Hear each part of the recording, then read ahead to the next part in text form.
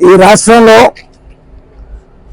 2019కి ముందు సంఘటనలు మళ్ళీ ఎన్నికలకు ముందు పునరావృతం అవుతుంటాం మనం ఇవాళ జరిగినటువంటి సంఘటన చూస్తూ ఉన్నాం. 2019కి ముందు ప్రతిపక్షంలో ఉన్నాడు కాబట్టి కోడికత్తి కేసు కానీ బాబాయ్ హత్య కానీ ప్రజల్ని నమ్మించారు నాటకం ఆడి.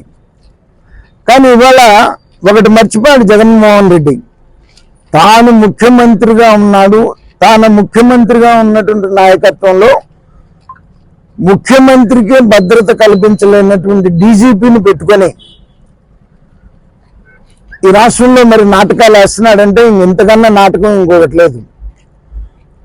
ముఖ్యమంత్రికి చిత్తశుద్ధి ఉంటే డీజీపీని సస్పెండ్ చేసి వెంటనే నిష్పక్షపాతంగా ఎంక్వైరీ చేసి ఎవరైతే ముఖ్యమంత్రి మీద రాయి వేశారో వాళ్ళని పట్టుకొని కోడికత్తి కేసులో ఏ రకంగా అయితే ఒక అమాయకుడు బలైపోయాడో అట్లా మళ్ళీ అమాయకుల్ని బలి చేయకుండా నిజంగా భద్రతా లోపం వల్ల జరిగినటువంటి, భద్రతా లోపం కూడా కాదు, భద్రత కల్పించలేనటువంటి ప్రభుత్వం, ముఖ్యమంత్రికి భద్రత లేనటువంటి ప్రభుత్వంలో మరి ముఖ్యమంత్రిగా ఎందుకుంటున్నాడో నాకైతే అర్థం కావట్లా.